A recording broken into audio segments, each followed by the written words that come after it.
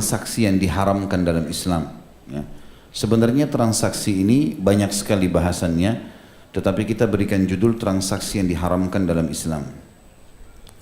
Di dalam masalah ini, saudaraku seiman, ada dua hal yang mendasar yang harus diketahui dalam hal-hal yang diharamkan dalam transaksi. Ada poin pertama, haram secara zat. Kalau haram secara zat, artinya memang dasarnya haram dikonsumsi dalam Islam, seperti khamar, ya, kemudian babi, kemudian organ-organ tubuh manusia, ya. Ini semua dasarnya haram. Maka haram, ya, dikonsumsi, maka haram juga ditransaksikan. Ya. Kemudian yang kedua, haram secara selain zat atau jenis transaksi, dan ini cukup banyak, dalam poin ini cukup banyak. Dan yang akan kita bahas pada malam ini bermula dari yang ditulis oleh Syekh Muhammad Saleh Al-Munajjid di halaman 80, masalah transaksi dalam menyembunyikan aib barang. Transaksi dalam menyembunyikan aib barang.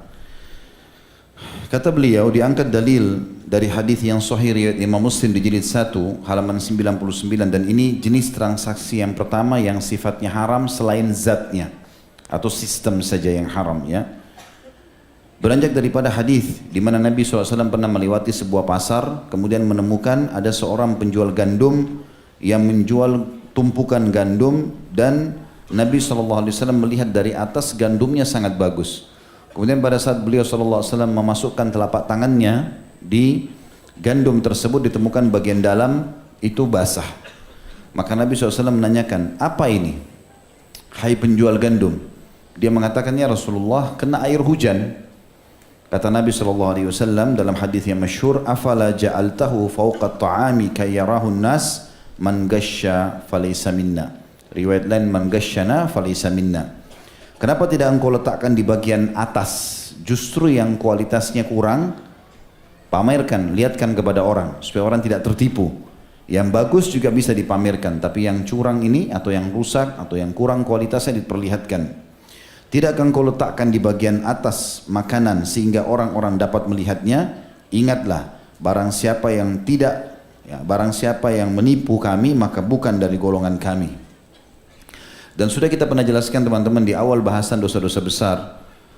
Kalau dosa besar itu ciri khasnya adalah kalau diberikan ancaman. Kapan ada ancaman yang berat, kutukan, azab, siksa kubur, siksa neraka, itu berarti masuk dalam kategori dosa besar. Termasuk juga ancaman sabda Nabi SAW, man ghasyana falaysa minna, siapa yang menipu kami bukan dari golongan kami, bisa bermakna bukan dari kaum muslimin. Ini juga masuk dalam ancaman. Maka jenis transaksi ini tidak boleh sama sekali, diharamkan secara mutlak. Oleh karena itu kalau teman-teman punya produk mau expire, dijelaskan, harus ada transparansi. Jelaskan, kalau ini expire tinggal berapa hari lagi, walaupun kita ingin menghabiskan stok. Ini misalnya sudah akan expire 3 hari lagi, 5 hari lagi, maka saya jual dengan harga sekian, lebih murah misalnya dari harga umumnya, itu nggak ada masalah, tapi transparan. Tidak boleh sama sekali kita mencampurkan yang bagus sama yang buruk untuk mengangkat harga yang buruk ini. Ya, ini sabda Nabi SAW sangat tegas berhubungan dengan masalah ini. Juga diangkat oleh Syekh Munajjid, ya, Syekh Muhammad Saleh Al-Munajjid. Beliau mengatakan, mengangkat hadis yang lain, hadis riwayat Ibnu Majah di jilid 2 halaman 754, al-muslimu akhul muslim wala yahillu li muslimin ba'a min akhihi bay'an fihi aibun illa bayyanahu lah. Seorang muslim adalah saudara muslim yang lainnya. Tidak halal bagi seorang muslim menjual barang kepada saudaranya yang di dalamnya ada cacat, kecuali ia menerangkan cacat tersebut kepadanya. Harus dijelaskan. Ini pernah saya kasih contoh. Kalau antum mau jual mobil, mau jual motor, kemudian ada aib, misal pernah tabrakan, ya, pernah ganti, bukan produk, bukan onderdeer yang asli misalnya diganti, maka bahasakan. Apa pernah tabrakan? Pernah tabrakan. Di bagian depan sebelah kanan, tapi saya sudah bawa ke bengkel dan sudah diperbaikin. Silahkan dicek. Insya Allah itu berkah. Allah SWT akan mudahkan transaksi jadi. Tapi kalau antum bohong, nggak pernah tabrakan, padahal sudah 77 kali tabrakan, bohong. Paling tinggi orang mengambil nomor telepon pergi, nggak akan terjadi transaksi. Karena memang diangkat keberkahan transaksinya oleh Allah Subhanahu wa taala. Maka harus hati-hati. Jadi tidak boleh kecuali dijelaskan, dan jangan khawatir. Transaksi terjadi dengan izin Allah. Justru transparansi itu akan mendatangkan sesuatu yang baik. Kata beliau, sebagian orang mengira menjual secara lelang dengan serta-merta akan melepaskan dirinya dari tanggung jawab soal aib barang. Misalnya dengan mengatakan kepada pembeli, saya jual kepada anda setumpuk besi, saya jual kepada anda setumpuk besi, dan seterusnya, tanpa menjelaskan besi itu dari mana asalnya, kenapa dijual harga begini. Maka itu bisa masuk dalam masalah tersebut. Justru harus menjelaskan masalah aibnya. Dan juga beliau mengangkat sabda Nabi alaihi salatu wassalam, diriwayatkan Imam Bukhari di jilid 4 halaman 328, al-bayyi'ani bil khiyari ma lam yatafarraqa fa in sadaqa wa bayyana burika lahuma fi bai'ihima wa in kadzaba wa katama muhikat barakatu bai'ihima. Artinya, kedua orang yang sedang jual beli memiliki hak khiyar. Khiyar itu pilihan, lanjutkan transaksi atau tidak, selama mereka belum berpisah. Kalau antum masih baru beli baju, masih sementara pegang, lagi cari warna, ukuran, belum berpisah, belum bayar, maka masih ada hak khiyar namanya. Baik pemilik toko atau pembeli boleh membatalkan untuk melanjutkan transaksi. Selama mereka belum berpisah, jika keduanya jujur dan menerangkan aib barang dan alat tukar uangnya pun, maka jual beli keduanya diberkahi. Mana diberkahi? Walaupun kita beli produk bekas, tetap akan bermanfaat besar. Uang yang diterima walaupun kecil, maka akan banyak manfaatnya. Tapi jika keduanya berdusta atau salah satunya menyembunyikan alat aib barang ataupun alat tukarnya, maka dihapuslah berkah jual beli keduanya. Dihapuslah berkah jual beli keduanya. Ya. Ini poin pertama tentang haramnya transaksi seperti ini nggak boleh. Ya. Jadi harus transparansi, tidak boleh ada unsur penipuan. Ya. Kemudian yang kedua, transaksi yang dilarang adalah bai' an-najash. Apa itu bai' an-najash, teman-teman sekalian? Beranjak dulu dari sabda Nabi SAW riwayat Imam Bukhari di jilid 10 halaman 484. Tentu ini diambil dari Fathul Bari, syarah Sahih Bukhari ya. Bukan matan Sahih Bukharinya saja, tapi memang dari syarah Fathul Bari di jilid 10 halaman 484. Sabda Nabi SAW, la tanajashu, jangan kalian saling menawar lebih dalam penawaran barang untuk tujuan menipu. Jadi misal bai' najash itu, transaksi najash, kalau misalnya seseorang punya toko baju, dia mengatur sama temannya, setiap ada konsumen yang masuk ke toko baju itu, kalau lagi pegang baju tertentu, misal dijual mahal sama dia. Kemudian kalau pembeli lagi berbicara sama pemilik toko, maka teman pemilik toko datang. Lalu kemudian dia bilang, ini bajunya bagus, kalau dia nggak mau beli, saya yang beli ya. Dia tidak niat membeli, dia hanya mau membantu temannya pemilik toko untuk menjual. Ya, maka pemilik toko bisa juga berbohong lagi dia, mengatakan, oh nggak bisa, ini kan sudah, ini unlimited lah, apalah bahasanya. Kemudian ini cuma satu biji, ya satu buah saja.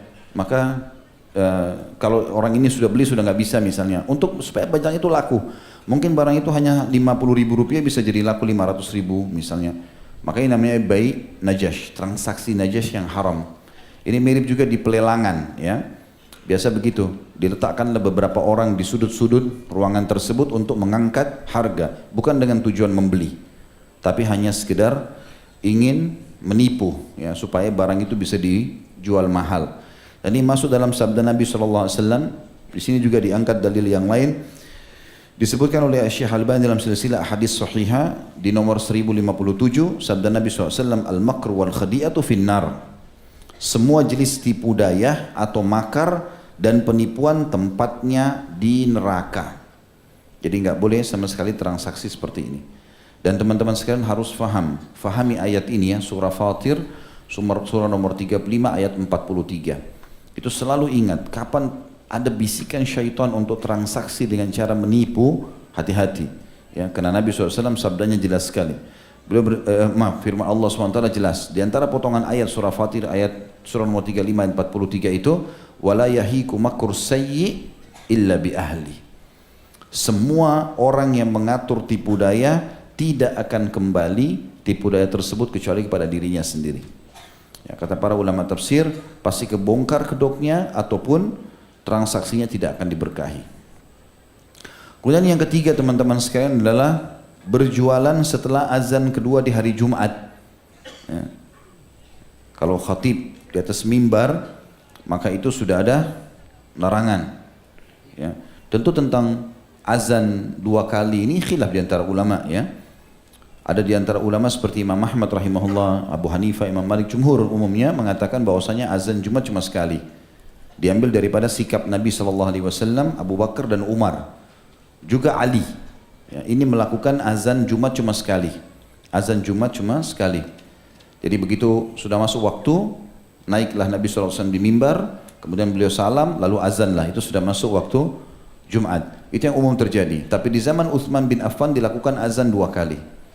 Utsman bin Affan melakukan azan 2 kali. Azan yang pertama sekitar durasi ukuran 50 ayat selisihnya dengan azan yang kedua. Waktu itu dibahas oleh para ulama, kalau wilayah kaum muslimin di Madinah yang tadinya cuma ada sekitar Masjid Nabawi, tidak terlalu luas, ini sekarang meluas sampai ke Wadi Aqiq, lembah perbatasan wilayah haram. Maka butuh peringatan untuk hari Jumat. Maka Utsman bin Affan meletakkan beberapa orang muadzin. Muadzin di sini yang suaranya sudah sampai tidak kedengaran lagi, ada muadzin lagi di sana. Azan terus sampai ke ujung Madinah, karena belum ada pengeras suara seperti kita sekarang. Maka ini azan untuk memberikan peringatan saja. Ini mirip diambil hukum oleh Utsman bin Affan radhiyallahu anhu di azan subuh. Di azan subuh juga di zaman Nabi SAW ada 2 kali kan. Azan sebelum masuk waktu, yaitu durasinya sekitar 50 ayat. Ya, kalau kita mungkin 40 menit ya, setengah jam atau 40-45 menit, baru kemudian azan kedua masuk waktu subuh. Maka ini juga teman-teman sekalian dilakukan oleh Utsman bin Affan. Nanti azan kedua baru masuk. Intinya, kalaupun di wilayah seperti kita dalam mazhab Syafi'iyah, memang yang dipegangi adalah azan 2 kali. Dan ini umum karena memang Utsman bin Affan juga dari bagian daripada Khulafaur Rasyidin yang harusnya kita hormati keputusan itu. Tapi yang jelas kalau khatib sudah di atas mimbar, ini umumnya pendapat ulama sudah enggak boleh transaksi. Beranjak daripada firman Allah SWT dalam surah Al-Jum'ah ayat 9. A'udzu billahi minasyaitonir rajim. Ya ayyuhalladzina amanu idza nudiya lis-salati min yaumil jum'ati fas'au ila dzikrillahi wa dzarul bai'. Dzalikum khairul lakum in kuntum ta'lamun. Hai orang beriman, apabila telah diseru untuk menunaikan salat pada hari Jumat, maka bersegeralah kamu kepada mengingat Allah dan tinggalkanlah jual beli. Jadi jual beli secara khusus disebutkan di situ, ya. Yang demikian itu lebih baik bagimu jika kamu mengetahuinya. Kata beliau, sebagian pedagang ada yang masih berjualan di toko-toko mereka meskipun azan kedua sudah dikumandangkan. Bahkan di antara mereka ada yang berjualan di dekat dan di halaman masjid. Para pembelinya dalam hal ini juga ikut berdosa. Meski mereka hanya membeli sebuah siwak atau tisu. Jual beli pada waktu tersebut menurut pendapat yang kuat hukumnya tidak sah. Demikian juga seluruh transaksi-transaksi kaum muslimin seperti restoran, perusahaan roti, pabrik dan yang lainnya. Dan lebih parah lagi, ada banyak di antara mereka yang memaksa para karyawan tetap bekerja dan meninggalkan sholat Jumat. Maka ini hukumnya lebih besar lagi. Kalau dia muslim, maka dia berdosa, menanggung semua dosa pegawainya. Karena ini bukan uzur, ya. Apalagi kalau dia orang non muslim, maka setiap muslim harus meninggalkan jenis pekerjaan seperti ini karena menjauhkan dia dari rahmat Allah Subhanahu wa taala, di mana Allah menyebutkan masalah itu. Dan disepakati oleh jumhur ulama bahwasanya transaksi seperti ini diharamkan, ya. Kalau sudah terjadi, ya, khutbah atau khatib dari atas mimbar. Jangankan transaksi jual beli, berbicara saja sudah bisa menghilangkan pahala Jumat. Sebagaimana sabda Nabi SAW, siapa yang menyentuh batu kerikil atau memindahkan, maka dia telah kehilangan pahala Jumatnya. Pahala Jumat tentu maksudnya yang dimaksud sini adalah pahala waktu awal orang masuk ke masjid kan di hari Jumat. Kata Nabi SAW, siapa yang datang di awal waktu seperti bersedekah seekor unta, yang datang di waktu kedua seperti bersedekah dengan seekor sapi, yang datang waktu ketiga seperti bersedekah dengan seekor domba jantan yang bertanduk, siapa yang datang waktu keempat seperti bersedekah dengan seekor ayam, siapa yang datang waktu kelima sebelum khatib naik di atas mimbar seperti bersedekah dengan sebutir telur. Dan kalau khatib sudah naik di atas mimbar, maka para malaikat menutup buku-buku mereka lalu mereka pun datang mendengarkan khutbah. Yang dimaksud adalah hilangnya pahala ini. Ya. Kalau sholat Jumat maka tidak ada masalah, sampai seorang muslim pun masuk di sholat Jumat dan itu selama dia masih mendapatkan imam di rakaat kedua sebelum berdiri dari ruku rakaat kedua, maka dihitung dia mendapatkan Jumatnya. Tapi transaksi jual beli sudah nggak boleh. Ada pendapat sebagian ulama mengatakan ada keringanan dari sebagian ulama kalau transaksi-transaksi itu terjadi misal antara orang kafir sama orang kafir, maka itu umum. Atau antara orang kafir sama muslim yang memang punya udzur-udzur syar'i, seperti misalnya wanita. Wanita tidak ada kewajiban Jumat. Sekarang suami istri pergi, kayak di mall, di pasar misalnya. Suaminya pergi ke masjid sholat, kayak kita alhamdulillah di Indonesia, terutama di Jakarta ini, di mall-mall atau di pasar-pasar biasanya ada masjid-masjid. Mereka sholat, suaminya sholat, istrinya menunggu. Maka pada saat itu misalnya ada seorang ibu juga yang jual minuman, atau orang kafir yang jual, maka itu dibolehkan transaksinya. Di ini dibatasi di poin ini. Kenapa? Karena mereka tidak kena kewajiban Jumat.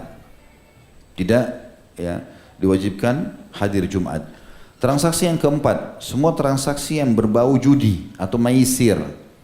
Semua jenis transaksi ini yang menerka-nerka, nasib-nasiban, maka masuk dalam masalah ini.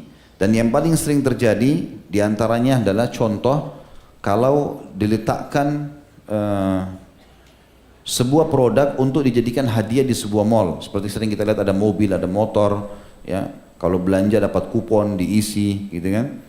Kalau seandainya kita masuk ke dalam mall tersebut dan kebetulan ada supermarket, ada toko yang kita beli, memang ada hajat di situ, lalu kemudian kita masuk atau diberikan sebuah kupon yang tidak ada niat untuk itu sebenarnya, bukan targetnya mengejar hadiah itu, tapi memang kita transaksi jual beli ini masih ada yang membolehkan.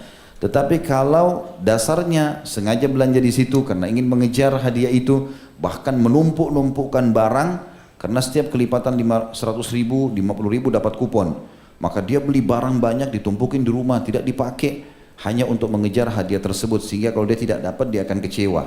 Ini masuk dalam hukum maisir, ya, atau masuk seperti mengundi nasib, ya, dalam masalah judi. Kan judi diharamkan karena masalah itu, ya, dan umumnya sama dengan orang banyak mengundi nasib dengan pertandingan sepak bola lah, tinju atau apa saja, ya.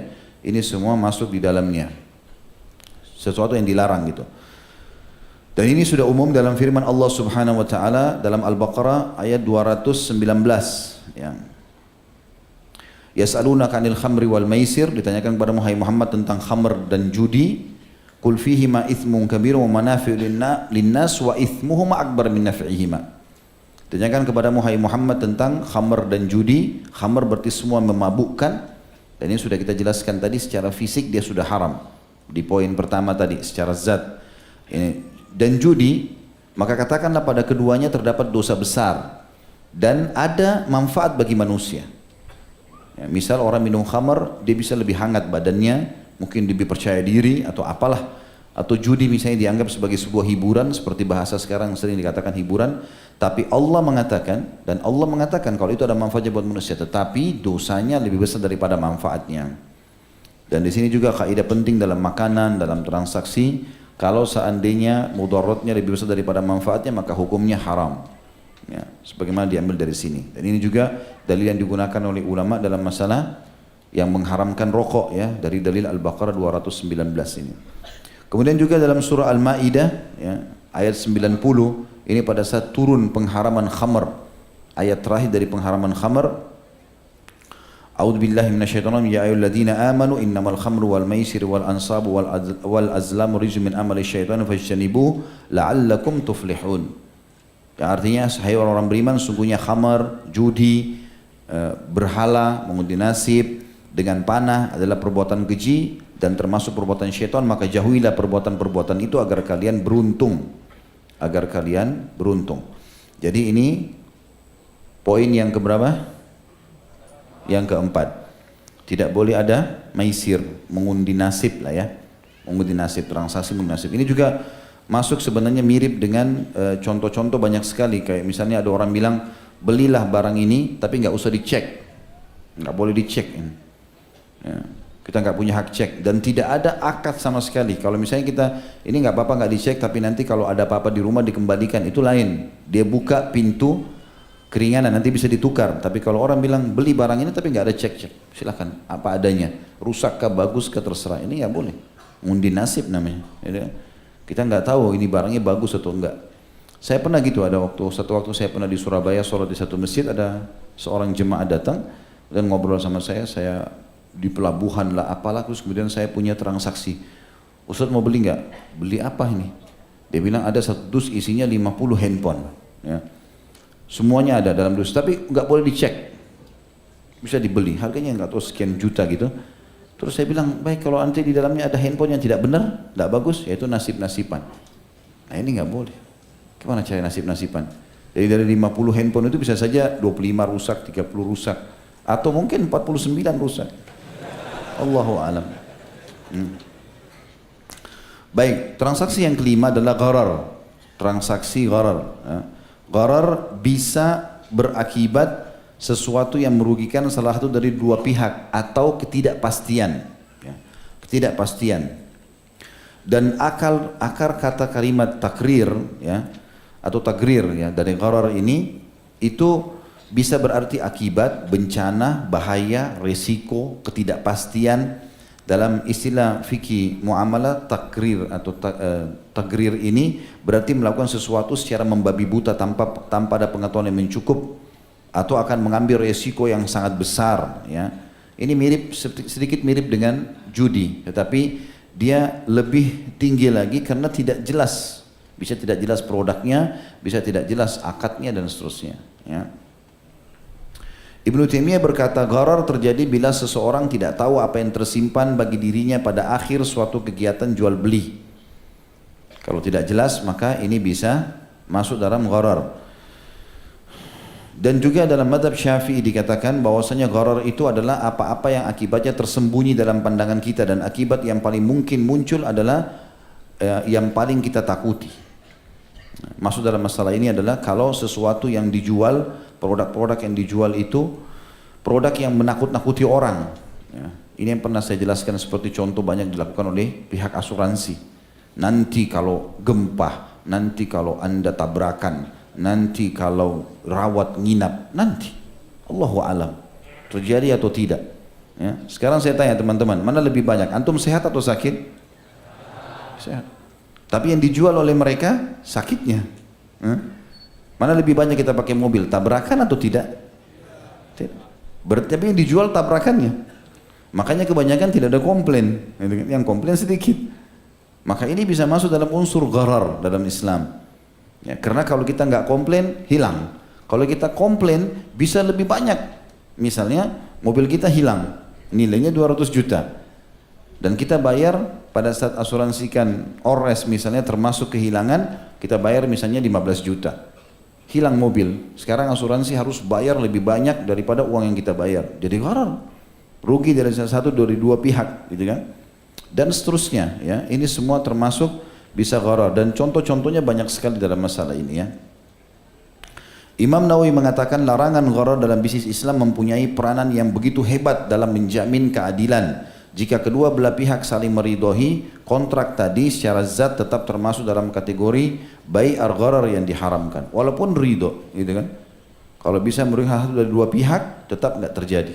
Kata Imam Nawawi rahimahullah. Dan cukup banyak yang berhubungan dengan contoh-contoh berhubungan dengan masalah ini.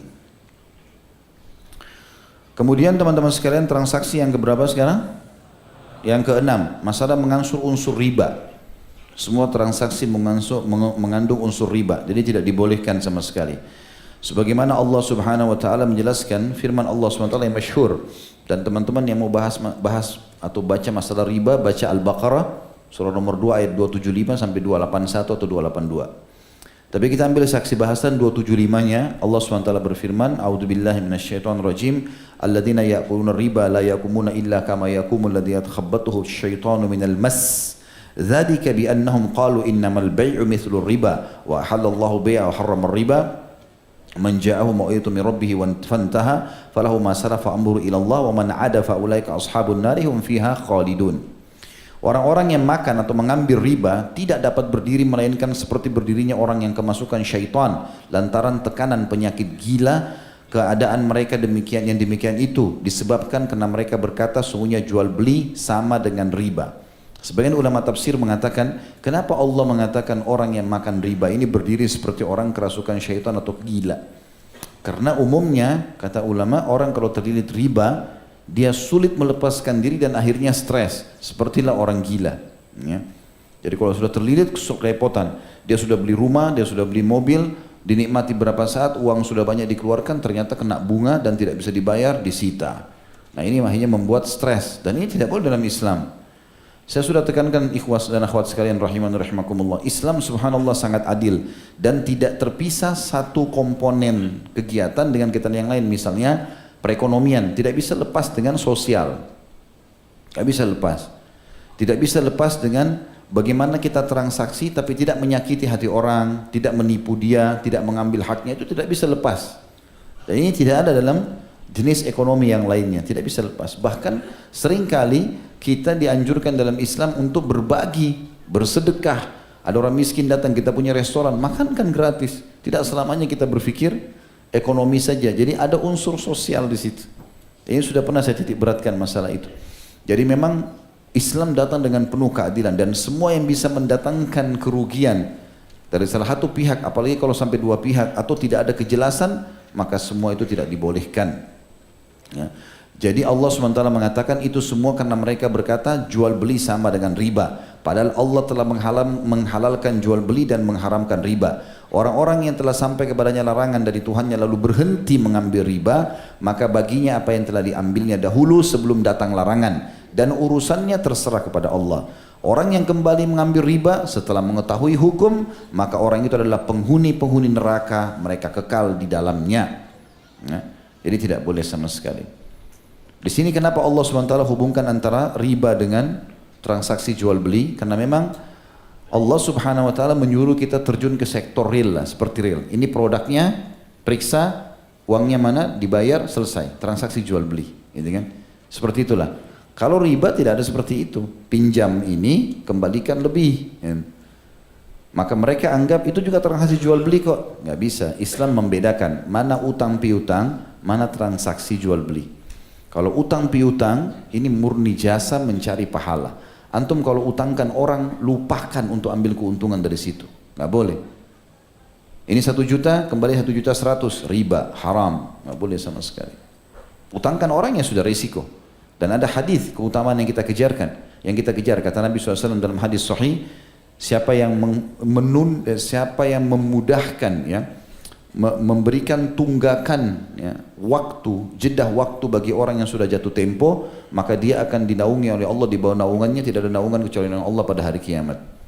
Jadi bukan cuma 7 golongan yang dinaungi oleh Allah, termasuk orang yang sengaja memudahkan orang yang jatuh tempo utangnya, diberikan tenggang waktu sampai dia mampu bayar atau dimaafkan. Ya, jadi transaksi itu memang transaksi pahala. Dan kata Nabi SAW, siapa yang mengutangkan orang lain, maka selama belum jatuh tempo dia seperti bersedekah setiap hari dari jumlah itu. Misalnya dia utangkan 1 juta, selama sebulan jatuh tempo, berarti setiap hari dia sedekah 1 juta terus. Sama dengan berarti dalam sebulan 30 juta. Ini investasi akhirat yang luar biasa. Utangin 1 juta, pahalanya 30 juta. Dan kalau sudah lewat jatuh tempo, sudah lewat sebulan, dia sama bersedekah double dari uang itu. Jadi 2 juta per hari. Tinggal kali berapa bulan dia nggak bayar orang itu. Bahkan dalam hadis sahih dikatakan akan datang seseorang pada hari kiamat, nggak ada amalnya sama sekali. Nggak ada amalnya sama sekali. Lalu ditanya oleh malaikat, amal apa yang kau lakukan? Dia bilang, saya dulu pernah punya pegawai di dunia, pada saat menagih utang, dan saya utangkan orang. Pada saat saya suruh nagih utang, saya bilang sama dia, kalau kau nagih orang yang mampu, terimalah. Kalau kau nagih orang tidak mampu, maafkan. Maka Allah pun memaafkan dia. Allah pun memaafkan. Jadi pengampunan dosa, mendapatkan naungan Allah. Jadi unsur sosial ini besar sekali hubungannya dengan transaksi jual beli. Kalau jual beli jelas akadnya. Ini produk, kita sama-sama beli, investasi sama-sama, kita jual berapa, transparansi. Oke? Ya, jelas. Kalau orang investasi atau kita menjual produk, ini barang saya, silakan diperiksa. Pernah tabrakan enggak? Pernah. Pernah begini enggak? Ya. Kalau enggak ya enggak. Gitu kan? Sudah selesai. Enggak ada masalah. Maka itu semua dibolehkan. Dan kata Nabi SAW hadis yang masyhur riwayat Imam Ahmad, dirham riba ya'kulur rajul wa huwa ya'lam ashaddu min 36 zinyah. Satu dirham riba yang dimakan oleh seseorang dan dia tahu bahwasanya itu riba, maka itu lebih berat daripada 36 kali ya, berzina.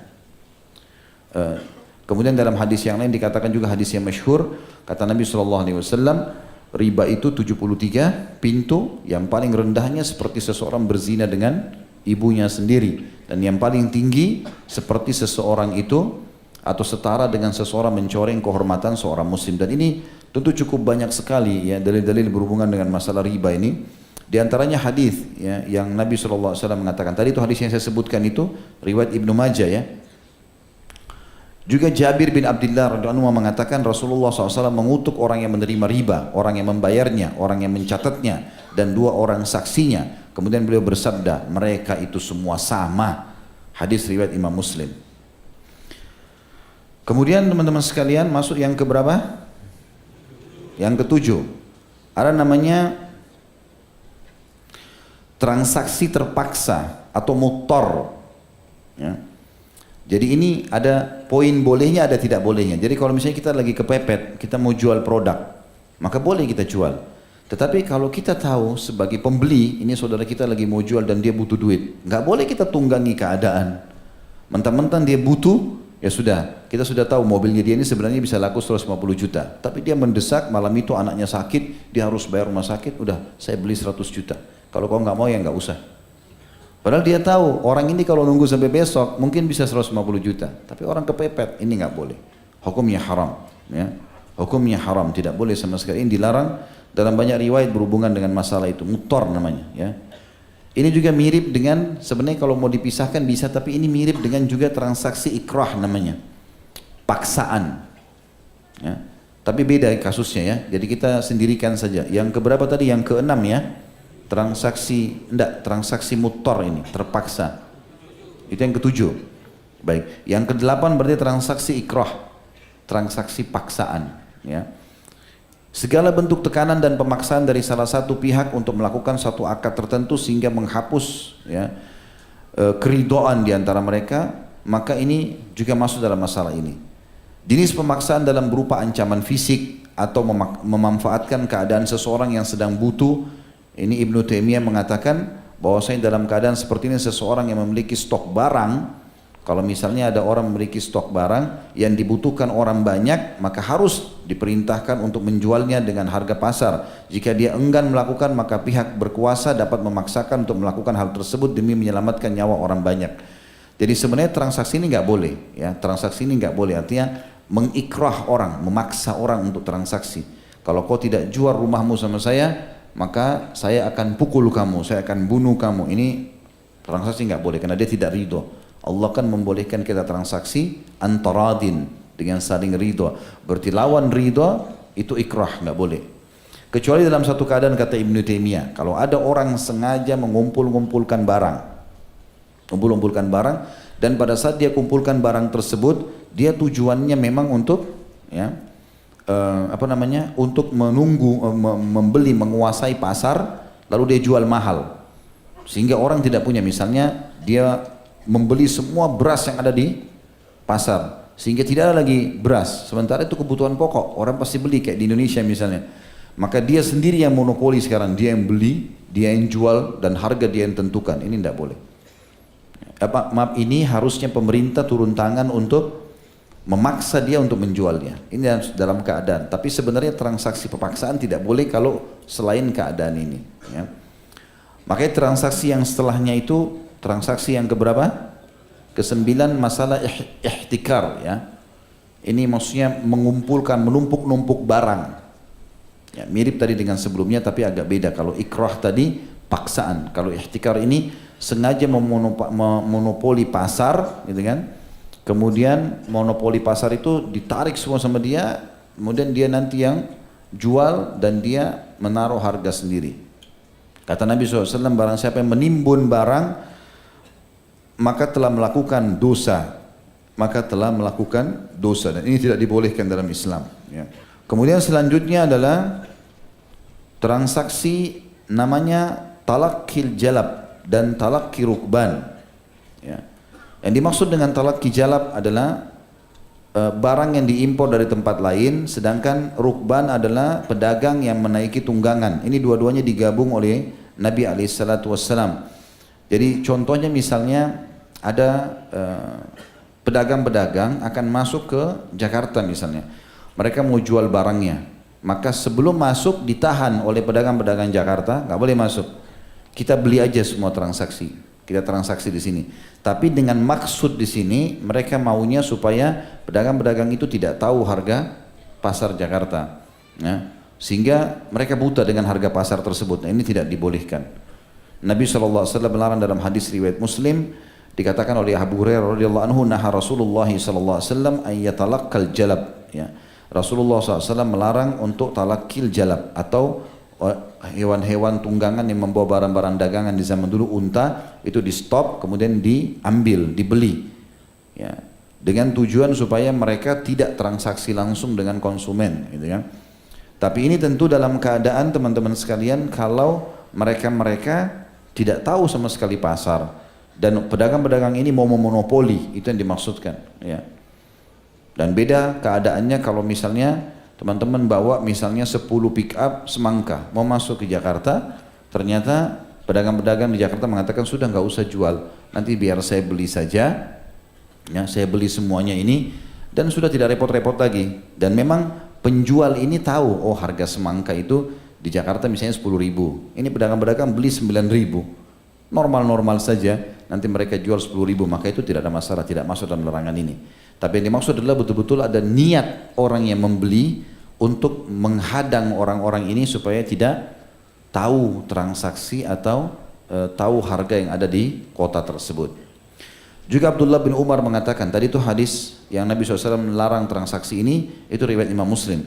Juga hadis Abdullah bin Umar yang berkata, kunna natalaqqar rukbana fa nashtariya minhum at-ta'am fa nahana an-nabiy sallallahu alaihi wasallam an nabi'ahu hatta yablugha bihi suq at-ta'am.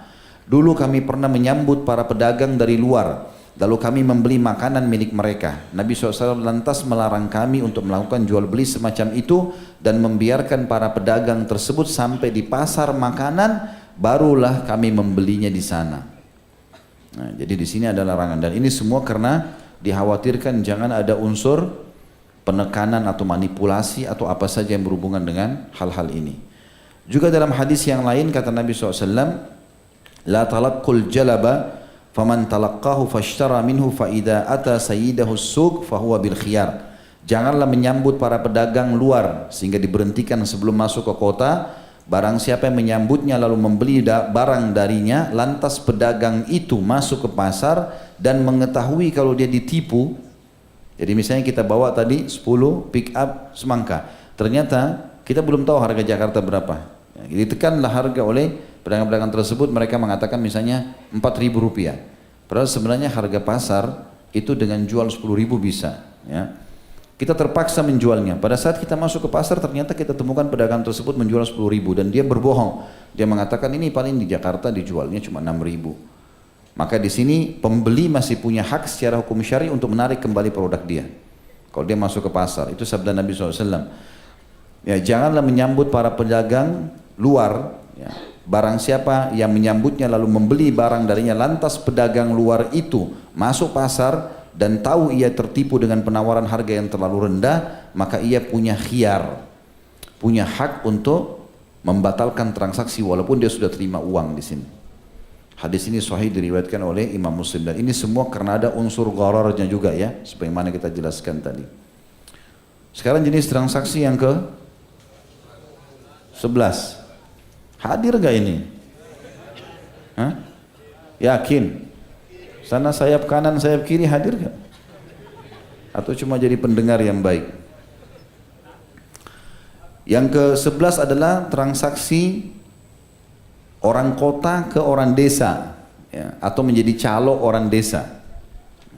Itu beranjak daripada hadis Nabi SAW yang berbunyi, hadis dari Ibnu Abbas radhiyallahu anhuma, hadis Bukhari, ya. Kata Nabi SAW, la talaqqur rukbana wa la yabi'u hadiru libat. Qala faqultu li Ibn Abbas, ma qawluhu la yabi'u hadir libat? Qala la yakunu lahu simsaran. Janganlah menyambut para pedagang dari luar atau talaqi rukban tadi, ya. pedagang-pedagang yang bawa barang-barang di dagang-dagang atau di tunggangan mereka, dan jangan pula menjadi calo untuk menjualkan barang orang-orang desa. Lalu ditanyakan kepada Ibnu Abbas, ayahnya Taus bertanya, apa yang dimaksud dengan larangan jual beli hadir libat? Orang kota tidak boleh transaksi dengan orang desa, yaitu tidak boleh menjadi caloknya. Menurut jumhur, jual beli ini bisa jadi haram namun tetap sah, tapi dia hukumnya haram. Bagaimana yang dimaksud dengan hukum transaksi ini? Kata para ulama, ada beberapa hal yang harus digarisbawahi. Yang dimaksud adalah yang pertama, kalau seandainya ada orang-orang desa datang ke kota lalu mau transaksi. Orang-orang kota ini mirip dengan contoh tadi sebelumnya. Orang-orang kota melihat ini orang-orang desa nggak ngerti harga, maka sengaja dibeli dari orang-orang desa tersebut, atau dikatakan sudahlah titip aja barangmu sama saya, nanti saya jualkan. Bisa laku sekian. Dan dia sudah niat mau mengambil manfaat dari orang-orang desa ini, ya, sehingga dan orang desa ini tidak perlu tahu. Udah kamu pulang aja ke desamu, nanti 2 hari lagi saya bawa uangnya misalnya. Maka ini tidak boleh. Ya, hukumnya tidak boleh. Kalau mau transaksi jual beli sama dia, yang normal, yang benar, Allah yang menyaksikan. Setelah itu kita boleh jual terserah kita di sini. Maka ini yang dimaksud juga dengan poin tadi, ya. Ada satu keadaan disebutkan dalam buku Al-Mawsu' Al-Fiqhiyah di jilid 9 halaman 83. Kalau ada satu keadaan dibolehkan. Kalau orang desa sudah tahu harga, misalnya memang dia kalaupun jual di pasar Jakarta dia sudah tahu harganya. Dia jual lebih murah sedikit nggak masalah, maka itu boleh. Tapi kalau orang desa ditutupin sama sekali tidak mengerti, maka ini tidak boleh. Transaksi yang ke-12, semua yang berhubungan dengan masalah rishwah atau sogok menyogok, ya. Dan ini juga tidak dibolehkan sama sekali, ya. Sebagaimana disebutkan tentang terjemahan rishwah itu, pemberian yang diberikan seseorang kepada hakim atau lainnya untuk memenangkan perkaranya dengan cara yang tidak dibenarkan atau untuk mendapatkan sesuatu yang sesuai dengan kehendaknya, padahal dia tidak berhak untuk itu, ya. Jadi kalau teman-teman bayar satu tempat kerja, padahal kita nggak layak untuk masuk ke situ, sehingga kita diberikan lah, ya. Itu namanya sogok menyogok, tidak dibolehkan. Atau kita tidak berhak untuk mendapatkan tender itu, tapi karena kita bayar kita dapat. Nah, kita bukan orang yang berhak untuk itu. Atau apapun yang berhubungan dengan masalah tadi, transaksi tanah, kita bayar lebih mahal supaya kita bisa mendapatkan tanah tersebut kepada hakim, ya, sehingga akhirnya diberikan. Ini semua tidak dibolehkan. Dan Allah berfirman dalam surah Al-Baqarah ayat 188 dalilnya, A'udzubillahi minasyaitonirrajim wa la ta'kulu amwalakum bainakum bil bathili wa tudlu biha idal hukam litakulu fariqan min amwalin nasi bil itsmi wa antum ta'lamun. Dan janganlah sebagian kalian memakan harta sebagian yang lain di antara kalian dengan jalan yang batil, artinya tidak benar. Dan jangan kamu membawa urusan harta itu kepada hakim supaya kamu dapat memakan sebagian daripada harta benda orang lain dengan jalan berbuat dosa padahal kamu mengetahuinya. Ini tidak boleh, hukumnya haram. Dan juga dalam surah Al-Maidah ayat 42 Allah berfirman, A'udzubillahi minasyaitonirrajim samma'una lil kadhibi akaluna lis-suhut. Mereka adalah orang-orang yang suka mendengar berita bohong dan banyak memakan harta yang haram. Ini tidak dibolehkan sama sekali. Kata Al-Hasan Basri dan Sa'id bin Jubair rahimahullah, ulama-ulama tabi'in mengatakan, makna akaluna lis-suhut, memakan harta yang haram, adalah dengan rishwa atau suapan yang tidak dibolehkan. Dan Nabi SAW dalam hadis riwayat Tirmidzi dikatakan, la'an Rasulullah SAW ar-rashi wal murtashi. Rasulullah SAW melaknat penyuap dan menerima suapan. Hadis riwayat An-Nasa'i dan juga At-Tirmidzi. Dan yang terakhir dalam masalah ini adalah hadis Nabi SAW, kullu lahmin nabata min suhtin fannaru awlabi. Qalu ya Rasulullah wa mal suht? Qala rishwa fil hukum. Setiap daging yang tumbuh dari barang haram, maka neraka lebih layak untuknya. Mereka bertanya, ya Rasulullah, barang apa yang haram yang anda maksudkan? Kata Nabi SAW, suap menyuap dalam perkara hukum sehingga mendapatkan yang bukan haknya.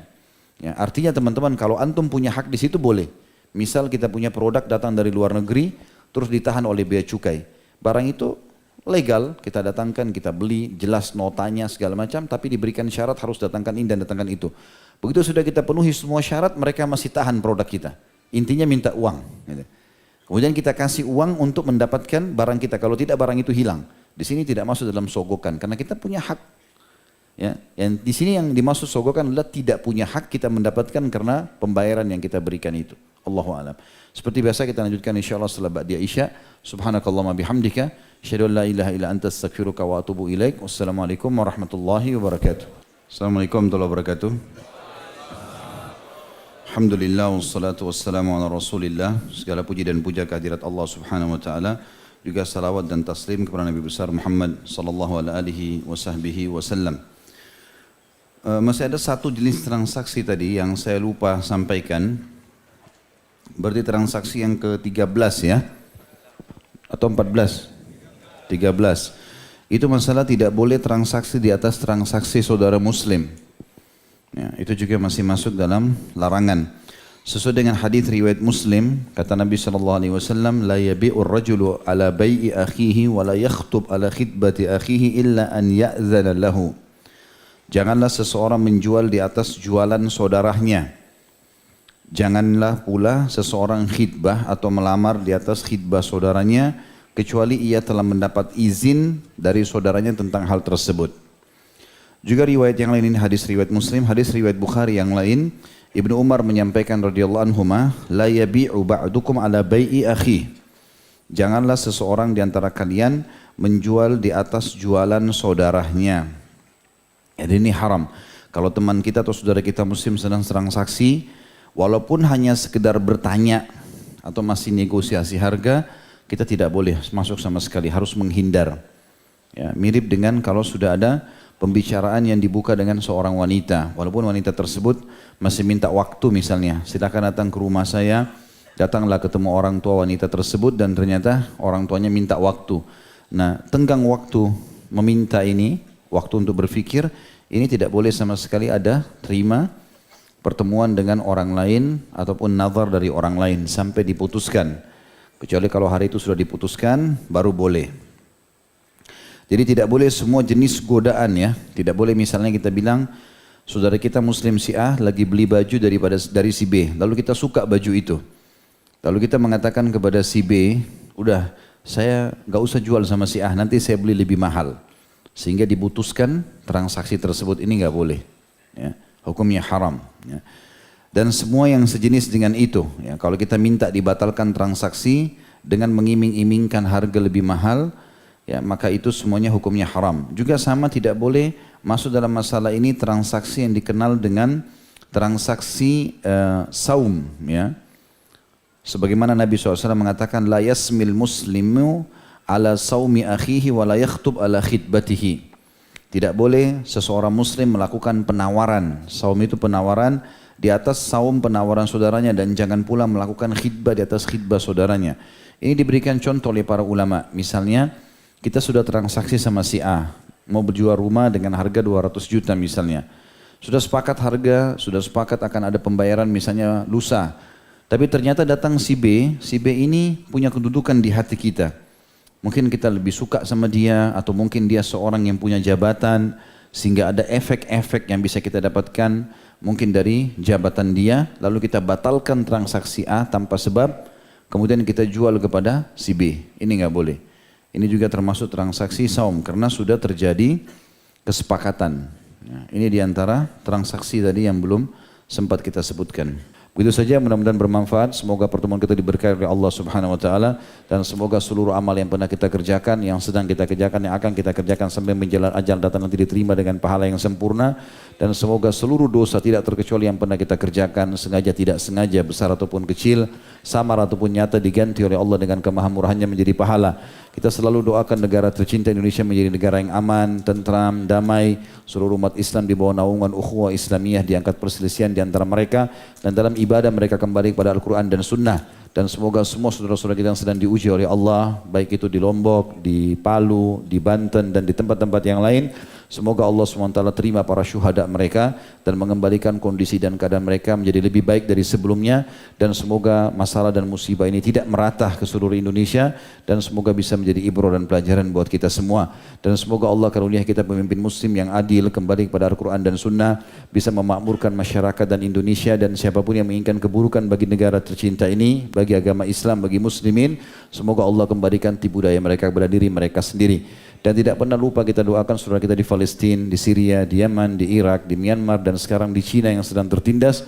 Semoga Allah ikhlaskan niat mereka, terima para syuhada mereka, mulakan Islam di tangan mereka dan tangan kita semua, dan semoga Allah ikut sertakan kita bersama mereka di pahala, baik dengan doa, dengan harta juga dengan jiwa kita. Dan semoga Allah dengan kemahamurhannya yang saya yakin sedang mendengar kita, karena dia maha mendengar dan melihat kita dan dia maha melihat, agar menyatukan kita semua di surga firdausnya tanpa hisab, mana kita disatukan dalam majlis ilmu yang mulia ini. Wassallallahu nabiyana Muhammadin walhamdulillahi rabbil alamin. Subhanakallahumma bihamdika asyhadu an la ilaha illa anta astaghfiruka wa atubu ilaik. Wassalamualaikum warahmatullahi wabarakatuh.